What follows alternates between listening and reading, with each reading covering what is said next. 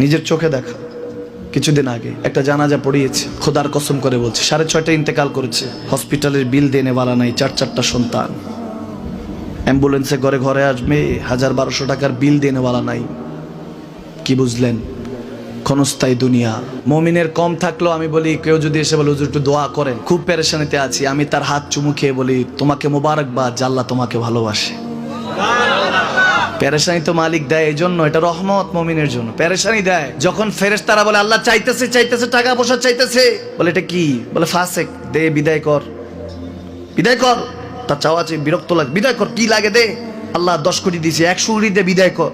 মুমিন যখন চাইতে থাকে আল্লাহ আমাকে কিছু লাগবে, যখন একটু করে চায় আমার মাটাকে সুস্থ করে দাও, বাবাটাকে আল্লাহ আমার স্ত্রীকে, আমার আমাকে একটু তৌফিক দাও, চাইতে থাকে মুমিন। আল্লাহ বলে যখন ফেরেশতারা দেখে মুমিন চাচ্ছে, দেরি করতে পারে না, তাড়াতাড়ি খাজানা নিয়ে দিতে নেবে, আল্লাহ বলে রাখোস না, এত তাড়াহুড়া কিসের? তার চাওয়ার মধ্যে তো প্রেম আছে, একটু চাইতে দেস না। থাকুক না মুমিন আর একটু পেরেশান, থাকুক না, থাকতে দেস না, একটু থাক, একটু থাক।